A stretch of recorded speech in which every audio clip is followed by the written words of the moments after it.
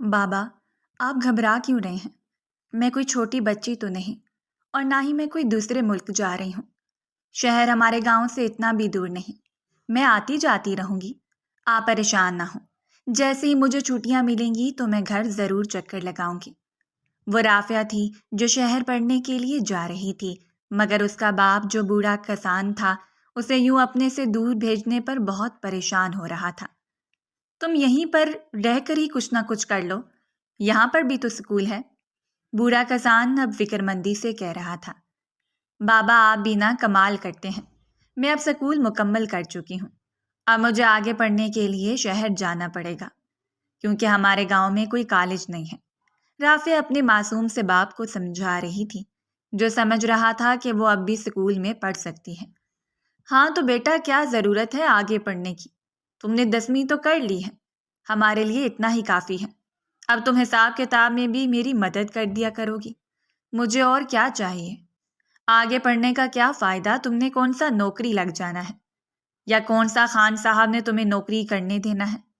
بوڑھا کسان اب فکر مندی سے کہہ رہا تھا، مگر باپ کو یوں خان صاحب کا ذکر کرتے دیکھ کر رافعہ کو بہت غصہ آیا تھا کہ آخر یہ کیسی غلامی کی زندگی ہے جس میں سانس بھی دوسروں کی مرضی سے لیا جاتا ہے۔ بابا، تب کی تب دیکھی جائے گی، ابھی تو خان صاحب نے مجھے کالج جانے کی اجازت دے دی ہے، تو آپ بھی اب پریشان نہ ہوں۔ میں نے 2 دن بعد کالج چلا جانا ہے، اگر آپ مجھے یوں ہی روکتے رہیں گے تو میں وہاں اپنی پڑھائی پر توجہ نہ دے پاؤں گی۔ خان صاحب تمہاری پڑھائی سے بہت ناراض ہوتے تھے، ایک مرتبہ تو انہوں نے مجھ سے یہ تک کہہ دیا کہ فضلو، اگر آئندہ تمہاری بیٹی سکول گئی تو تم میرے پاس مزدوری کے لیے نہ آنا۔ اب فضل بخش جو ایک چھوٹا سا کسان تھا اور خان صاحب کے کھیتوں میں بھی کام کیا کرتا تھا، اپنی نم ہوئی آنکھیں صاف کرتے ہوئے رافعہ سے بولا، ارے بابا، آپ تو رونے لگے۔ وہ اٹھ کر اب اپنے باپ کی چارپائی پر آ بیٹھی تھی۔ بابا، آپ اتنے فکر مند کیوں ہیں؟ اب تو خان صاحب نے مجھے اجازت بھی دے دی ہے، تو پھر آپ کو کیا فکر ستا رہی ہے؟ بیٹی، تمہیں کیا معلوم جوان اولاد کے باپ کو کتنی فکریں ہوتی ہیں، خاص طور پر جب وہ اولاد بیٹی ہو۔ فضلو کی آواز اب بھی غمگین تھی، وہ چاہتا ہی نہ تھا کہ اس کی بیٹی اس کی آنکھوں سے اتنی دور جائے کہ ہر روز گھر واپس ہی نہ آ پائے۔ رافعہ اب اپنے باپ کے ہاتھ پکڑے بیٹھی تھی، جو اس وقت پریشانی کی وجہ سے پسینے سے بھیگے ہوئے تھے۔ کچھ نہیں ہوگا بابا، میں بہت جلد ہی اپنی تعلیم مکمل کر کے گاؤں واپس آ جاؤں گی اور پھر سب کے ساتھ رہوں گی۔ آپ مجھے حوصلہ دیں، آپ تو میری حوصلہ شکنی کر رہے ہیں۔ اس طرح تو میں کالج نہ جا پاؤں گی اور میرے خواب ادھورے رہ جائیں گے۔ رافعہ کی آنکھیں بھی اب کھارا پانی باہر نکالنے لگی تھیں، جنہیں وہ اپنے دوپٹے کے پلو سے بار بار صاف کر رہی تھی، مگر انہیں چھپانے میں ناکام رہی، اور اس کے باپ نے اس کی نم ہوتی آنکھیں دیکھ لیں۔ ارے میری بچی، تو کیوں پریشان ہو رہی ہے؟ میں تمہیں کالج جانے سے روک تو نہیں رہا، میں تو بس تمہیں اپنے خدشات بتا رہا ہوں۔ تم بے فکر ہو کے کالج جا، میں سب سنبھال لوں گا۔ اب فضلو کی آواز میں فکر مندی نہیں بلکہ بیٹی کے لیے بہت سا پیار اور دعائیں تھیں۔ تو چلیں پھر اسی بات پہ منہ میٹھا کرتے ہیں، میں آپ کے لیے آج سوئیاں بناؤں گی، آپ کو بہت پسند ہے نا؟ وہ بھی اب مسکرانے لگی تھی۔ ہاں میری جان، مجھے سوئیاں پسند ہیں، مگر گھر میں چینی نہیں ہے، اور مجھے ابھی خان صاحب نے مزدوری بھی نہیں دی، تو پھر کیسے بنائے گی سوئیاں؟ میرے بابا، میرے پیارے بابا، آپ پریشان نہ ہوں، میرے پاس کچھ پیسے رکھے ہیں جو آپ مجھے دیا کرتے تھے، انہی میں نے سنبھال رکھا ہے، انہی میں سے آپ کو دیتی ہوں، آپ جا کر چینی لے آئیں اور میں تب تک آٹا گوندھ کر روٹیاں بنا دوں۔ سالن تو میں نے دوپہر کو ہی بنا کر رکھ لیا تھا۔ اب اس کی مسکراہٹ اور بھی بڑھ گئی تھی کہ اس کے باپ کو کتنی فکریں ہیں، ایک جوان بیٹی اور 2 چھوٹے بچے، جن میں ایک گڑیا اور دوسرا قاسم تھا۔ وہ اب اٹھ کے ایک کچے کمرے کی طرف جانے لگی تاکہ پیسے اٹھا کر باپ کو دے سکے، مگر اس کے باپ نے اسے بیٹھنے کا اشارہ کیا۔ جب وہ بیٹھ گئی تو فضلو کسان بولا، بیٹا، تو نے 2 دن بعد کالج جانا ہے اور میرے پاس ابھی پیسے نہیں ہیں، تو وہ پیسے سنبھال کر رکھ، تیرے کام آئیں گے۔ کل کو وہاں کالج میں تیرے پاس پیسے کم پڑ گئے تو پھر کیا کرے گی؟ فضلو کی بات میں اب پھر سے فکر مندی آ گئی تھی۔ بابا پریشان نہ ہو، میرے پاس اتنے پیسے ہیں کہ میرا گزارا چل جائے گا، اور پھر جب خان صاحب آپ کو مزدوری دیں گے تو آپ وہ پیسے میرے پاس بھیج دیجیے گا۔ رافعہ نے 1 منٹ میں حل نکالا تھا۔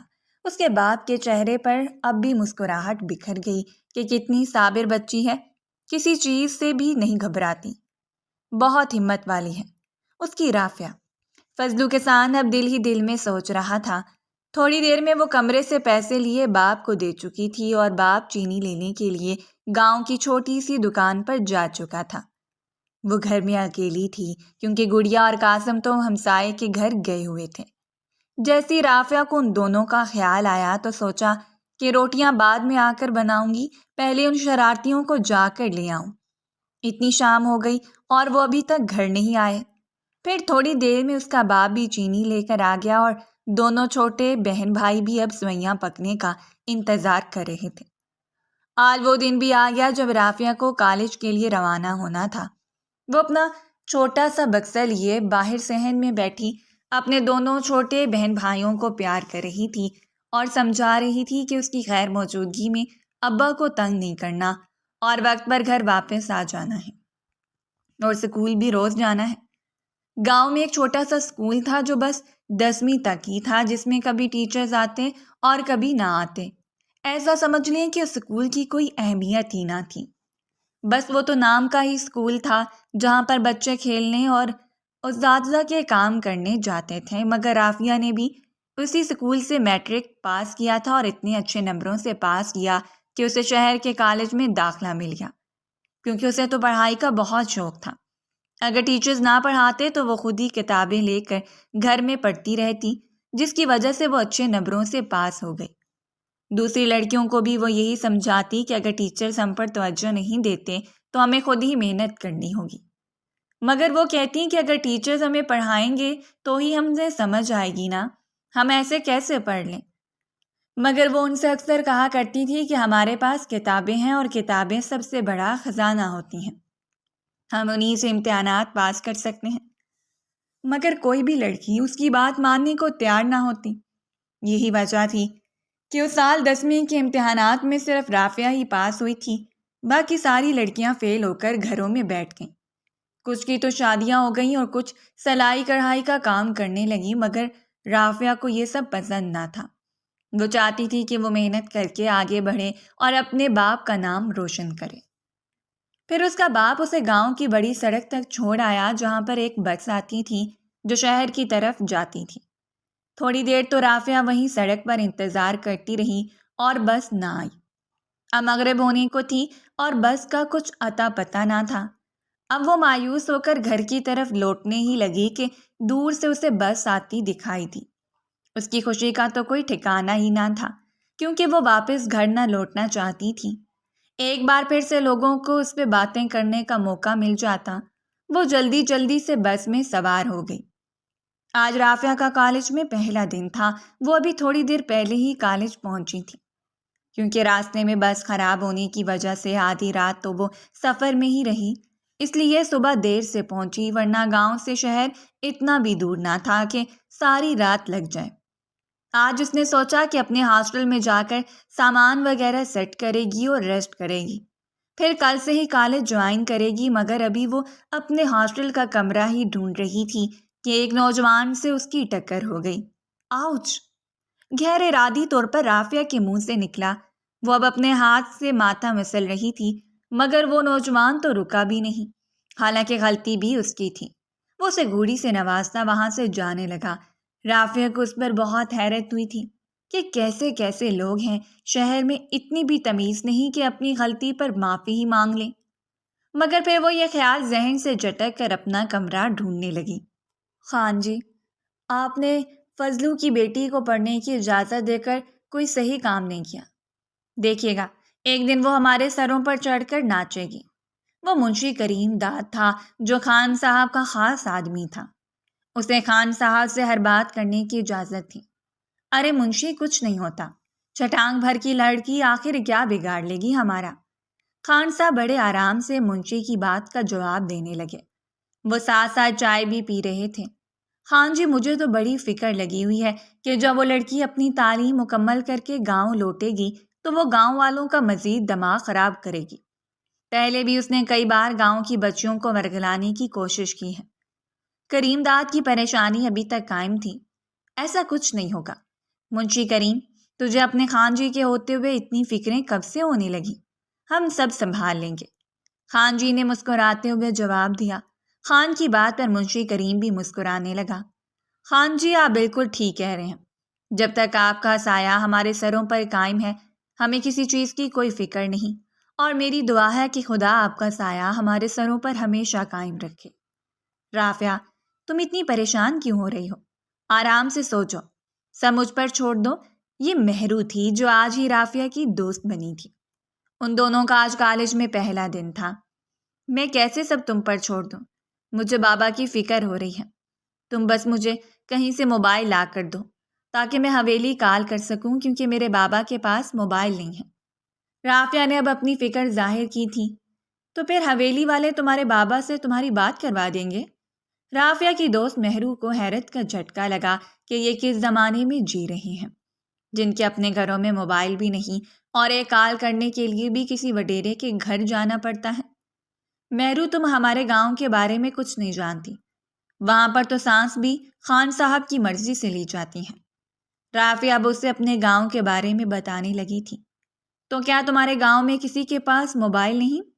کسی کو اگر موبائل کی ضرورت ہو تو وہ وڈیرے کی حویلی جاتے ہیں۔ مہرو کو اب اس کے گاؤں کے بارے میں جاننے میں اور بھی تجسس ہو رہا تھا۔ ارے نہیں پاگل، اب ایسی بھی بات نہیں ہے۔ ہمارے مالی حالات ہی کچھ ایسے نہ تھے کہ بابا کو کوئی موبائل خرید پاتے، اور پھر موبائل کی ضرورت خان صاحب کی حویلی سے پوری ہو جاتی تو گاؤں کے اکثر لوگ اسی لیے موبائل نہیں رکھتے۔ تمہارا تو گاؤں نہیں کوئی قدیم زمانہ ہے، تم لوگ ابھی بھی بہت پرانے زمانے میں جی رہے ہو، مہرو مسکراتے ہوئے کہہ رہی تھی۔ ہاں بس ایسا ہی سمجھ لو، ہم گاؤں والے شہر والوں سے بہت مختلف زندگی گزار رہے ہیں، رافعہ نے مایوسی سے کہا۔ اس کی بات سن کر مہرو بھی پریشان ہوگی کہ کہیں اس نے رافعہ کا دل تو نہیں دکھا دیا۔ اب مہرو رافعہ کے بستر پر بیٹھی نرمی سے اس کا ہاتھ سہلا رہی تھی۔ تم پریشان نہ ہو رافعہ، تم تو پڑھ رہی ہو، پھر ایک دن جا کر تم اپنے گاؤں کو بدل دینا۔ اس نے رافعہ کو تسلی دی۔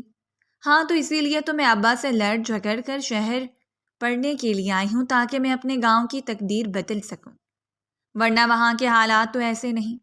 ایسا معلوم ہوتا ہے کہ صدیوں سے غلامی کرتے آئے ہیں اور آگے بھی کرتے رہیں گے۔ اب ان دونوں کی باتیں تھیں کہ ختم ہونے کا نام ہی نہیں لے رہی تھی۔ وہ ایک دوسرے کو جاننے کی کوشش میں لگی ہوئی تھیں۔ رات کافی ہو چکی تھی مگر پھر بھی وہ ایک دوسرے سے باتیں کیے جا رہی تھیں۔ اب ان کی اچھی خاصی دوستی ہو گئی کیونکہ وہ دونوں ہی نرم دل اور اچھے خیالات کی مالک تھیں۔ اب رافعہ کو کالج آئے تقریباً ایک ہفتہ ہو چکا تھا۔ فضلو اس کے لیے پریشان رہنے لگا تھا کہ آخر اکیلی بچی وہاں پر کیسے رہ رہی ہوگی۔ وہ تو سمجھتا تھا کہ وہاں کا ماحول ٹھیک نہیں اور کوئی خطرے والی بات ہے، مگر اس بیچارے کو یہ معلوم نہ تھا کہ کالج میں لڑکیوں کے لیے بہت سیکیورٹی ہوتی ہے، کسی کو بھی ان کے ہاسٹل میں گھسنے کی اجازت نہیں ہوتی۔ آج فضلو کا دل شدت سے چاہ رہا تھا کہ وہ رافعہ کو فون کرے۔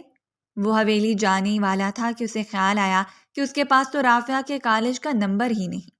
وہ تو یہ کہہ کر گئی تھی کہ وہ اپنے کالج کے نمبر سے حویلی کے نمبر پر فون کرے گی تو پھر ان کی بات ہوگی۔ فضلو کو پریشانی نے آ گھیرا کہ ایک پورا ہفتہ ہونے کو ہے اور ابھی تک رافعہ کی کوئی خیر خبر ہی نہیں، لیکن اچانک سے کوئی خیال آنے پر وہ حویلی کی طرف چل دیا۔ حویلی میں بڑے خان موجود نہ تھے مگر منشی کریم داد جو حویلی کے معاملات دیکھنے میں مصروف تھا، فضلو کو دیکھ کر حیران ہوا کہ آخر یہ آج یہاں کیا کرنے آیا ہے۔ آج تو اسے کسی کام کے لیے بلایا بھی نہ گیا تھا۔ فضلو اس کے پاس گیا اور کہنے لگا کہ منشی صاحب، میری بچی کالج پڑھنے گئی ہے، ہفتہ ہو گیا ہے، اس کی کوئی خبر نہیں، آپ چھوٹے خان کو فون ملائیں، وہ بھی تو کالج میں پڑھتے ہیں، اس طرح وہ میری رافعہ کی خیریت معلوم کر کے دے دیں گے۔ منشی کو فضلو کی بات پر بہت ہنسی آئی۔ ارے بے وقوف انسان، شہر میں کوئی ایک کالج نہیں ہے جہاں پر سب پڑھتے ہوں، وہاں پر بہت سارے کالج ہیں۔ اب پتہ نہیں کہ تیری بیٹی کس کالج میں ہے، یہ ضروری نہیں کہ وہ چھوٹے خان کے کالج میں ہی پڑھتی ہو۔ بے وقوف آدمی، اب ادھر سے جا اور میرا ٹائم ضائع نہ کر۔ فضلو کی بات پر منشی نے اسے جھڑک دیا اور وہ منہ بسوڑتے ہوئے گھر واپس آ گیا۔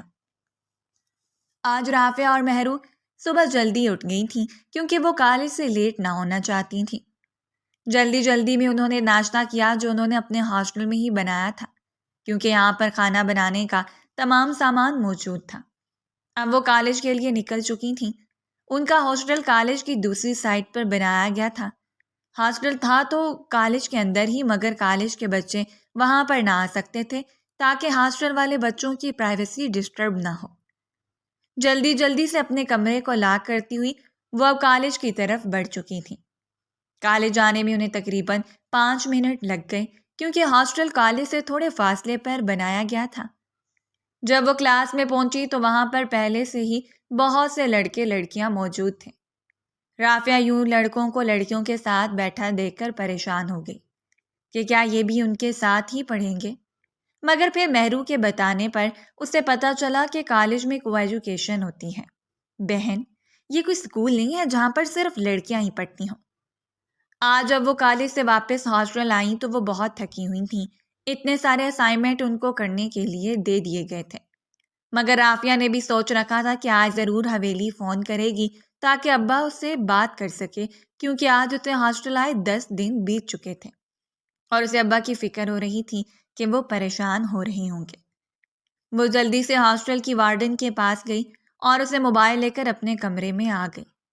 کیونکہ ان کے ہاسٹل میں موبائل رکھنے کی اجازت نہ تھی، سب وارڈن کا موبائل ہی استعمال کرتے تھے۔ جلدی سے حویلی کا نمبر ڈائل کرنے لگی۔ آگے سے کسی نے فون نہ اٹھایا، وہ مایوس ہو گئی اور فون وارڈن کو واپس دے آئی، مگر تھوڑی دیر بعد وارڈن نے آ کر اسے کہا کہ اس کے گھر سے فون آیا ہوا ہے۔ وہ جلدی سے دوڑ کر گئی، فون اٹھایا تو آواز سن کر پریشان ہو گئی، کیونکہ وہ فضلو نہیں بلکہ منشی کریم داد تھا اور کہہ رہا تھا کہ کون ہو بھائی، کس سے بات کرنی ہے؟ چاچا، میری ابا سے بات کرا دے، میں رافعہ بول رہی ہوں، فضلو کی بیٹی۔ اچھا ٹھیک ہے، تھوڑی دیر بعد پھر کرنا، تمہارے باپ کو بلواتا ہوں۔ وہ یہ کہہ کر فون بند کر گیا۔ رافعہ آج بہت خوش تھی کہ وہ اپنے بابا سے بات کرے گی۔ تھوڑی دیر بعد شاید اس کا باپ حویلی پہنچ گیا اور حویلی سے فون آنے لگا۔ رافعہ نے جلدی سے فون اٹھایا۔ دوسری طرف اس کا باپ تھا۔ باپ کی آواز سن کر اس کی آنکھوں سے آنسو جاری ہو گئے، کیونکہ وہ کبھی بھی اتنے دن گھر سے دور نہ رہی تھی، بلکہ ایک دن بھی نہ رہی تھی۔ بابا، آپ کیسے ہیں؟ گیلی آواز کے ساتھ اس نے فضلو سے پوچھا۔ بیٹا، میں بالکل ٹھیک ہوں، تم بتاؤ کیا حال ہے؟ کسی چیز کی ضرورت تو نہیں؟ بیٹا، کوئی پریشانی تو نہیں؟ اگر کوئی مسئلہ ہے تو اپنے بابا کو بتاؤ، اور تم پریشان نہ ہونا، میں بہت جلدی پیسے بھیج دوں گا۔ کچھ ہی دنوں میں فصل کی کٹائی ہونے والی ہے، میں فوراً تمہیں پیسے بھجوا دوں گا۔ مجھے معلوم ہے تمہارے پاس بہت کم پیسے رہ گئے ہوں گے۔ فضلو کسان نے ایک ہی سانس میں اتنی ساری باتیں کر ڈالیں۔ نہیں بابا، ایسی بات نہیں ہے، میرے پاس پیسے ہیں، آپ فکر نہ کریں۔ میں بس آپ اپنا خیال رکھیے گا، گڑیا اور قاسم کو بہت پیار دیجیے گا۔ اب میں فون رکھتی ہوں، کیونکہ ہمیں اتنی دیر تک بات کرنے کی اجازت نہیں۔ ٹھیک ہے بیٹا، ٹھیک ہے، تم اپنی پڑھائی پر توجہ دو، اور ہاں، ہر ہفتے مجھ سے ضرور بات کر لیا کرو، میں تمہارے لیے پریشان رہتا ہوں۔ رافعہ نے بھی اپنے باپ کو یقین دلایا کہ اب وہ ہر ہفتے ہی بات کیا کرے گی، کیونکہ اب رافعہ کو اپنی غلطی کا احساس ہو گیا تھا کہ اتنے دن سے اس نے اپنے باپ سے بات کیوں نہ کی۔ پھر تھوڑی ہی دیر میں وہ ایک دوسرے کو اللہ حافظ کہہ چکے تھے۔ رافعہ اپنی آنکھوں میں آنسو لیے اب اسٹڈی ٹیبل پر بیٹھ کر کچھ پڑھنے کی کوشش کرنے لگی، مگر وہ پڑھ نہ پائی کیونکہ اسے بار بار بابا اور دونوں بہن بھائی کی یاد آ رہی تھی۔ آج فصل کی کٹائی شروع ہو گئی تھی، کیونکہ گندم پک کر تیار ہو چکی تھی۔ کچھ ہی دنوں میں فضلو کو بھی اس کی مزدوری مل گئی، کیونکہ اس نے خان صاحب کی گندم کی کٹائی کی تھی۔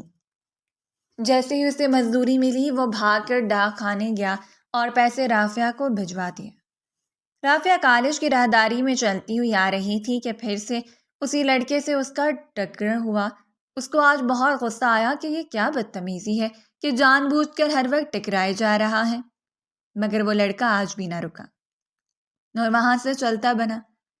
رافعہ تو دانت پیس کر رہ گئی، مگر آج اس نے ٹھان لی تھی کہ اگر اگلی بار اس نے ایسا کیا تو وہ پرنسپل کو شکایت لگا دے گی۔ تھوڑی دیر میں کالج کا چوکیدار آیا اور اسے ایک لفافہ دے گیا کہ تمہارے باپ نے بھجوایا ہے۔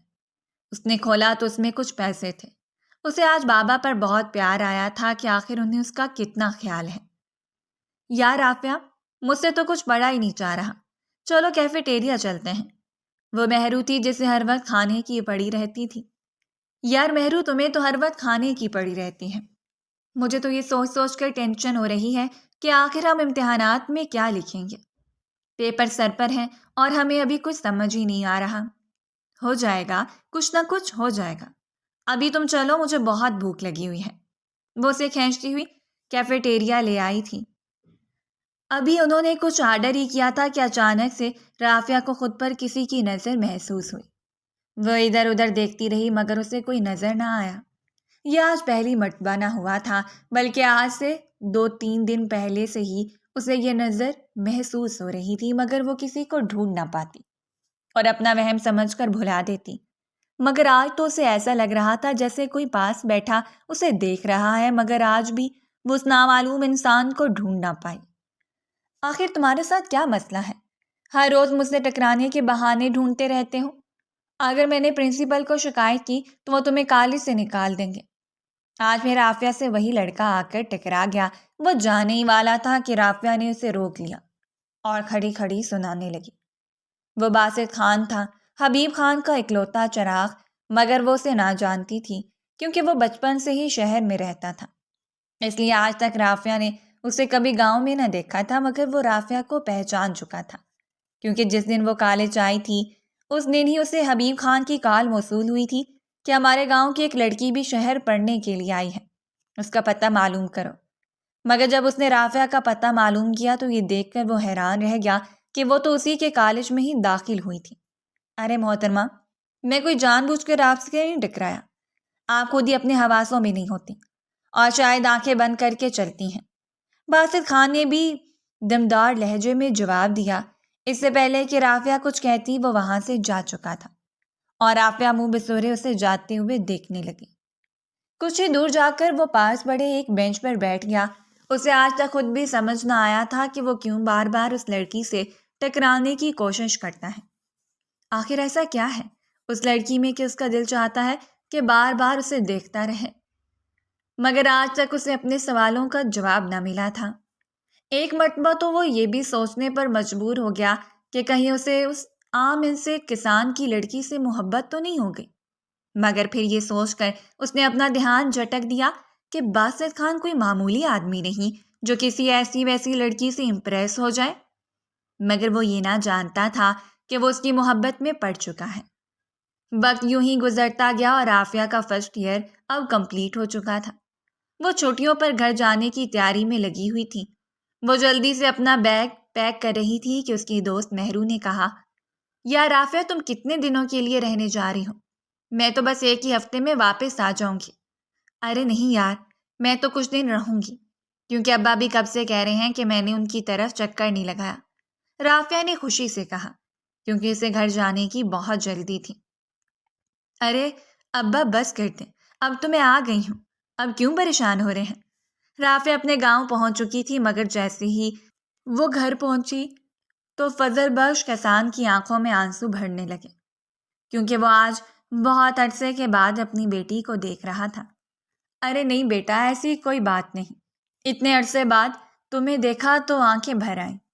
اب گڑیا اور قاسم بھی وہاں پر آ چکے تھے اور آتے ساتھ ہی کہنے لگے، باجی آپ ہمارے لیے کیا لائی ہیں؟ تو رافعہ نے جلدی سے اپنا بیگ کھولا اور ان کے لیے جو مٹھائی اس نے راستے سے لی تھی وہ ان دونوں کے حوالے کی، کیونکہ اگر وہ 1 منٹ بھی دیر کرتی تو وہ پھر سے لڑنے جھگڑنے لگتے۔ واہ بھائی، آج ہمارا پتر بھی آ گیا، آج کیسے یاد آ گئی؟ وہ حبیب خان تھا جو بیٹے کو دیکھ کر خوش ہو رہا تھا کیونکہ باسط خان آج مکمل طور پر گھر آ چکا تھا۔ اس کا BA سب مکمل ہو چکا تھا، اب اسے دوبارہ شہر جانے کی ضرورت نہ تھی، مگر یہ بات اس نے حبیب خان سے چھپائے رکھی تھی تاکہ گھر جا کر انہیں سرپرائز دے سکے۔ ارے بابا، اب میں آپ کو چھوڑ کر کہیں نہیں جانے والا کیونکہ اب میری پڑھائی مکمل ہو چکی ہے، اب میں آپ کے ساتھ ہی رہوں گا۔ بیٹے کی بات سن کر تو حبیب خان کی خوشی کا کوئی ٹھکانہ نہ رہا۔ وہ اٹھ کر آئے اور بیٹے کو گلے سے لگایا۔ باسط، تمہیں پتہ ہے ہم نے اس دن کا کتنے برسوں سے انتظار کیا؟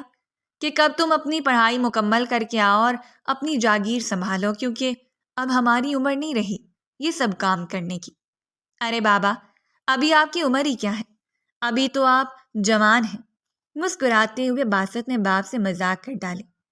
شرارتی، آج تک تیری شرارتیں ختم نہیں ہوئی؟ اتنا بڑا ہو گیا ہے کہ تیری شادی کی عمر ہو گئی ہے، مگر ابھی بھی تو ویسے کا ویسا ہی ہے۔ ہم تو سوچ رہے ہیں کہ جلدی سے تیری شادی کر دیں تاکہ اپنے پوتے پوتیوں کو اپنے ہاتھوں میں کھلا سکیں۔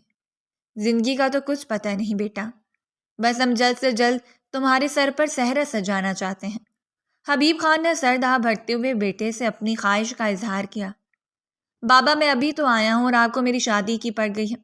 اگر آپ ایسی باتیں کریں گے تو میں پھر سے شہر چلا جاؤں گا۔ باسط خان نے مصنوعی ناراضگی کے ساتھ کہا۔ نہیں باسط، اس بار میں نے تمہاری ایک نہیں مانی، اب تو میں تمہاری شادی کرا کے ہی مروں گا۔ حبیب خان نے مسکراتے ہوئے کہا۔ بابا، آپ پھر سے وہی باتیں لے کر بیٹھ گئے۔ ٹھیک ہے، جیسا آپ کہیں گے ویسا ہی کر لیں گے۔ باپ کی ایسی باتوں سے باسط کا دل گھبرانے لگا تو اس نے جلدی سے حامی بھر لی۔ باجی چلے نا میرے ساتھ خان صاحب کے باغ میں، وہاں سے املیاں توڑ لائیں۔ گڑیا مسلسل رافعہ سے اصرار کر رہی تھی۔ نہیں گڑیا، میں نہیں جا سکتی، تم جاؤ، مجھے گھر پر کچھ کام ہے۔ رافعہ نے کسی کام کا بہانہ کر کے گڑیا کو ٹالنا چاہا، مگر وہ بہت ضدی تھی اور رافعہ کی بات نہ مان رہی تھی۔ مجبوراً رافعہ کو اس کے ساتھ چلنا ہی پڑا۔ وہ اب خان صاحب کے باغ میں موجود تھے۔ ابھی انہوں نے ایک دو املی ہی توڑی تھی کہ وہاں پر کسی کی آہٹ سنائی دی۔ جیسے ہی رافعہ نے پیچھے مڑ کر دیکھا تو وہ اس کے کالج والا لڑکا تھا۔ تم یہاں کیسے؟ کیا پیچھا کرتے کرتے یہاں تک بھی پہنچ گئے؟ رافعہ نے چلاتے ہوئے کہا۔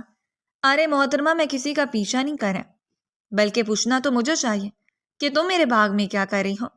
باسط نے بھی اپنے ازلی غصے والے لہجے میں کہا۔ یہ سن کر تو رافعہ کا دماغ ہی گھومنے لگا کہ اس کا باغ کیسے۔ ابھی وہ کچھ سوچ ہی رہی تھی کہ باسط خان بولا۔ محترمہ، آپ حبیب خان کے باغ میں موجود ہیں اور حبیب خان میرے والد صاحب ہیں، تو اسی لحاظ سے یہ میرا بھی باغ ہوا نا۔ امید ہے آپ کو سمجھ آ چکی ہوگی۔ وہ یہ کہہ کر پیچھے مڑ گیا۔ وہ تو چلا گیا مگر رافعہ کے سر پر بم پھوڑ گیا کہ کیا یہ حبیب خان کا اکلوتا بیٹا باسط خان ہے؟ اسے خود پر غصہ آیا کہ وہ اسے پہلے کیوں نہ پہچان پائی۔ ابھی وہ املیاں توڑ کر واپس جانے ہی لگی تھی کہ کتوں کی بھونکنے کی آواز سنائی تھی۔ کتوں کی آواز سن کر گڑیا رونے لگی۔ رافعہ نے دوسری طرف دیکھا تو وہاں سے 3 کتے انہی کی طرف آ رہے تھے اور زور زور سے بھونک بھی رہے تھے۔ یہ دیکھ کر تو رافعہ بھی ڈر گئی اور بھاگنے لگی۔ اب وہ دونوں ہاتھ پکڑے بھاگ رہی تھیں اور کتے ان کے پیچھے بھاگ رہے تھے کہ اچانک سے وہ کسی مضبوط چیز سے ٹکرا گئیں۔ وہ کوئی اور نہیں بلکہ باسط خان تھا، مگر اس وقت رافعہ کو کسی چیز کا ہوش نہ تھا۔ وہ جلدی سے باسط کے گلے لگ گئی۔ وہ زاروں کے دار روئے جا رہی تھی۔ پلیز ان کتوں کو بھگائیں یہاں سے، پلیز مجھے بہت ڈر لگ رہا ہے، انہیں بھگائیں یہاں سے۔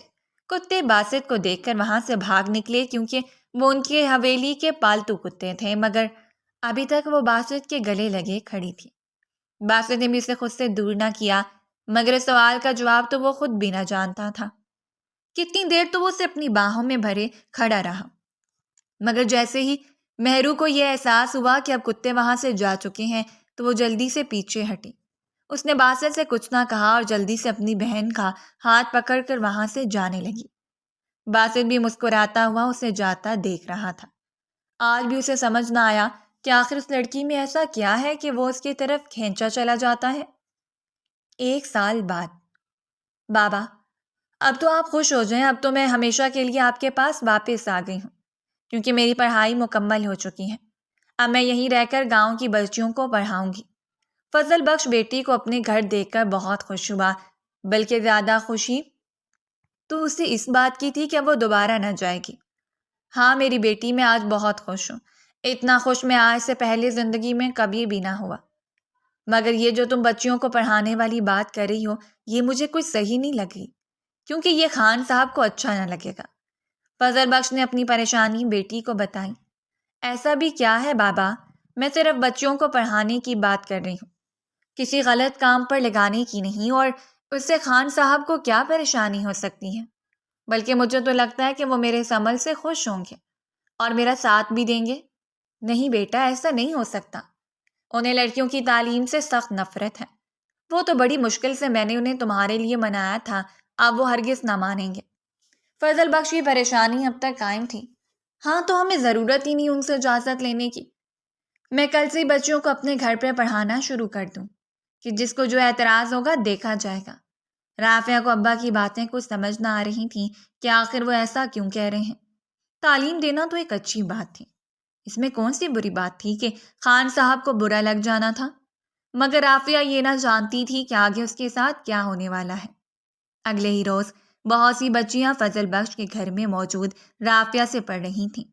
رافعہ بڑی دلجوئی کے ساتھ گاؤں کی بچیوں کو پڑھا رہی تھی۔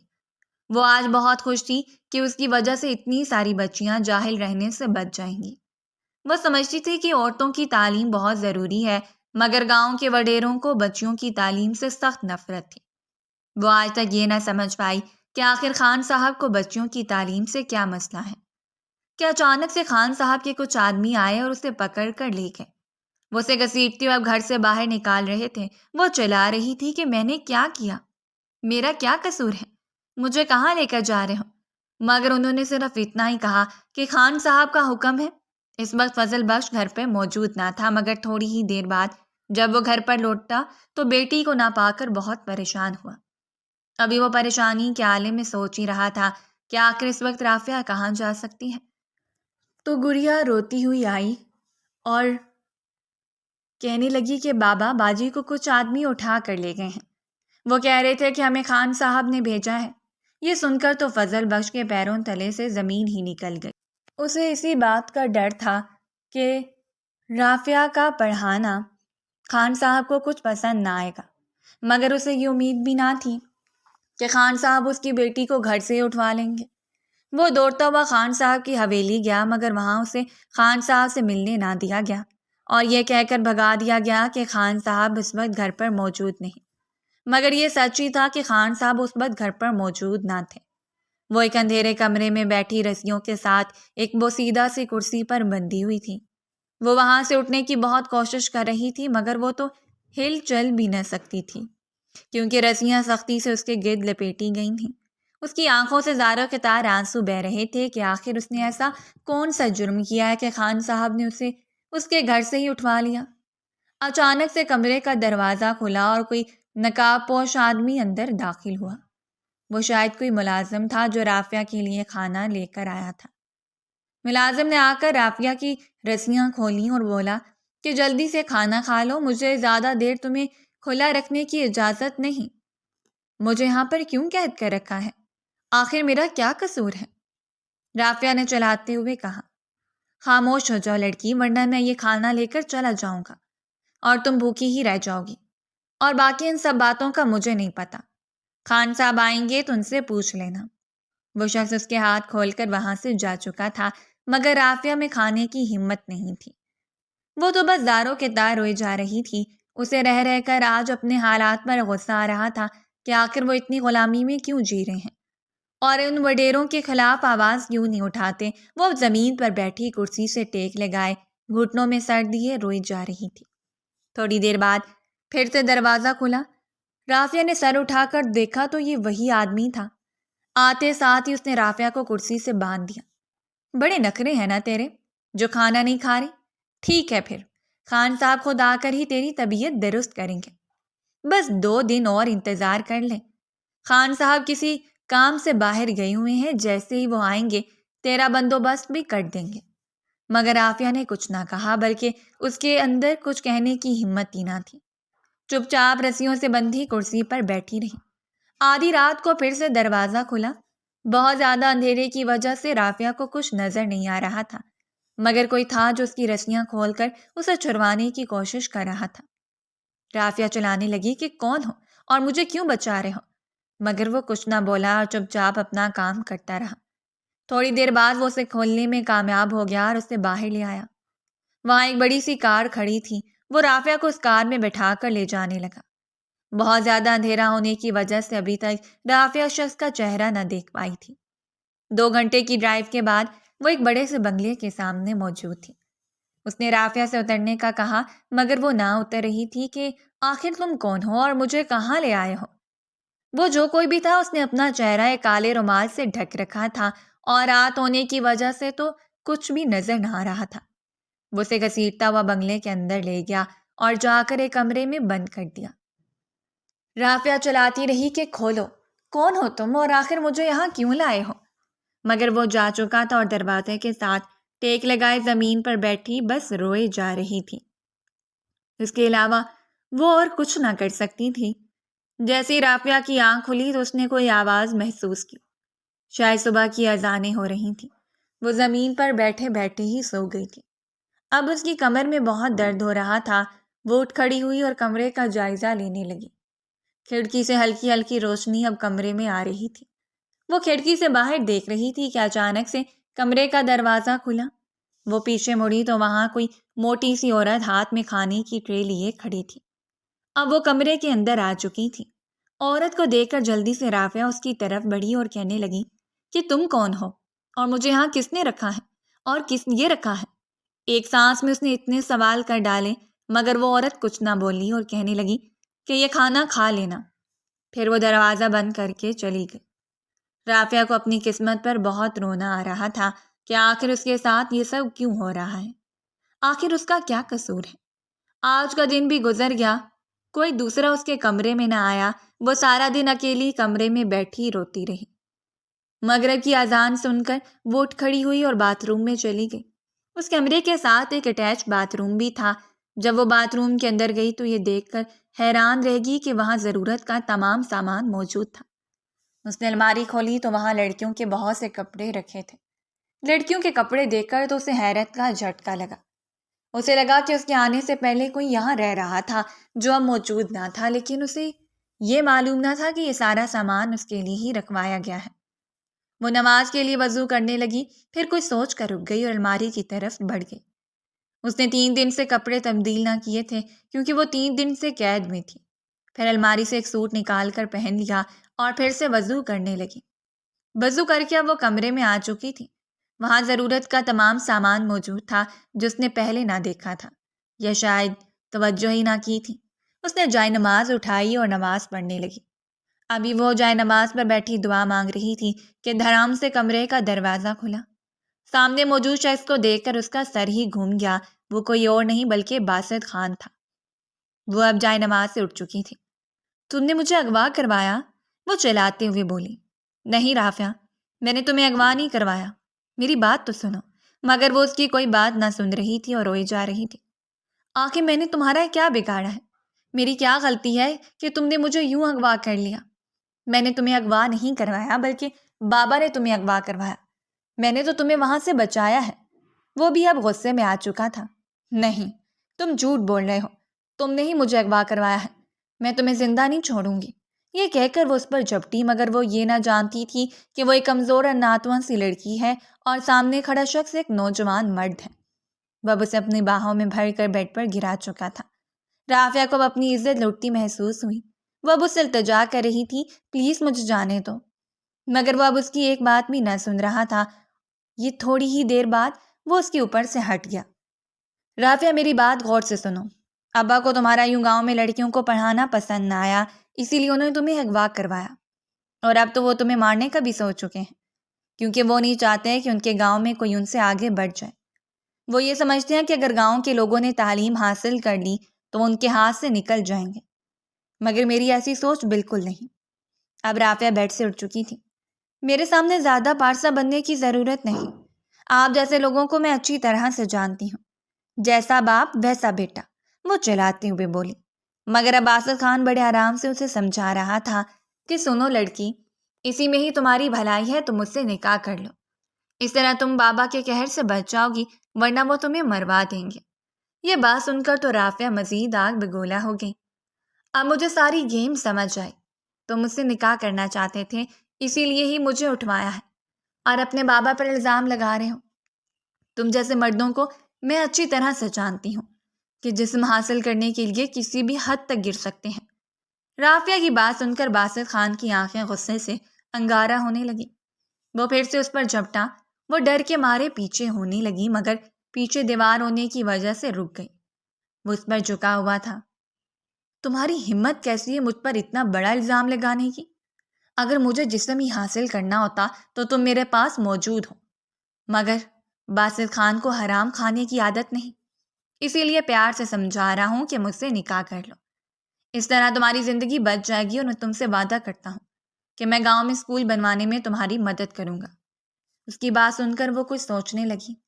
وہ اب سوچ رہی تھی کہ یہ بات تو صحیح کر رہا ہے، میں کل سے اس کے پاس قید ہوں مگر اس نے میرے ساتھ کوئی غلط حرکت نہ کی۔ پھر اس نے یہ سوچ کر نکاح کے لیے ہاں کر دی، کیونکہ وہ سمجھ چکی تھی کہ اسی میں ہی اس کی بہتری ہے۔ وہ مرنا نہ چاہتی تھی بلکہ گاؤں کے بچوں کو پڑھانا چاہتی تھی۔ باسط اب کمرے سے جا چکا تھا۔ تھوڑی ہی دیر میں وہ قاضی صاحب اور 2 گواہان کو لیے وہاں پر موجود تھا۔ رافعہ ولد فضل بخش کہ آپ کو باسط خان والد حبیب خان بعوض حق مہر 5 لاکھ روپے یہ نکاح قبول ہے۔ اب قاضی صاحب اس سے حجاب و قبول کروا رہے تھے، مگر وہ خاموشی سے بس روئے جا رہی تھی۔ اسے کچھ سمجھ نہ آ رہا تھا کہ آخر وہ غلط کر رہی ہے یا صحیح، مگر پھر اس نے اپنے ہاتھ پر ایک ہاتھ محسوس کیا۔ وہ کوئی اور نہیں بلکہ باسط تھا، جو اسے تسلی دینے کی کوشش کر رہا تھا۔ پھر کچھ سوچ کر اس نے ہاں کہہ دی۔ تھوڑی دیر میں نکاح مکمل ہوا اور سب لوگ وہاں سے چلے گئے۔ باسط بھی ان لوگوں کے ساتھ ہی وہاں سے جا چکا تھا، مگر تھوڑی دیر میں وہ دوبارہ کمرے میں واپس آ چکا تھا۔ نکاح مبارک مسز باسط خان اس کے قریب بیٹھا اسے نکاح کی مبارکباد دے رہا تھا، مگر وہ خاموشی سے نظریں جھکائے بیٹھی رہی۔ رافعہ، تم جانتی ہو جب میں نے تمہیں پہلی بار کالج میں دیکھا تھا تو اسی وقت ہی پسند کر لیا تھا اور ٹھان لی تھی کہ میں تم سے ہی شادی کروں گا، مگر پھر حالات ایسے ہو گئے اور میں یہ سب کرنے پر مجبور ہو گیا۔ رافعہ اب بھی خاموش بیٹھی تھی، مگر وہ دل ہی دل میں خوش ہو رہی تھی کہ اسے اتنا اچھا انسان شریک حیات کی صورت میں مل گیا۔ اب باسط اس کے بھی بہت قریب آ جا چکا تھا۔ وہ اسے اتنا قریب دیکھ کر شرما گئی اور پیچھے ہٹنے لگی، مگر باسط اب اس کا ہاتھ پکڑ چکا تھا۔ بیگم صاحبہ، آپ کہاں چلیں؟ ابھی تو ہم نے ٹھیک سے آپ کا دیدار بھی نہیں کیا۔ اس کی اس بات پر رافعہ کے گال سرخ ہونے لگے۔ وہ ابھی چھڑوانے کی کوشش کر رہی تھی، مگر باسط اس کا ہاتھ پکڑے مسکرائے جا رہا تھا۔ اس کی اس حرکت پر وہ بھی مسکرا دی۔ اب ان کی زندگی کا ایک بے حد حسین سفر شروع ہو چکا تھا۔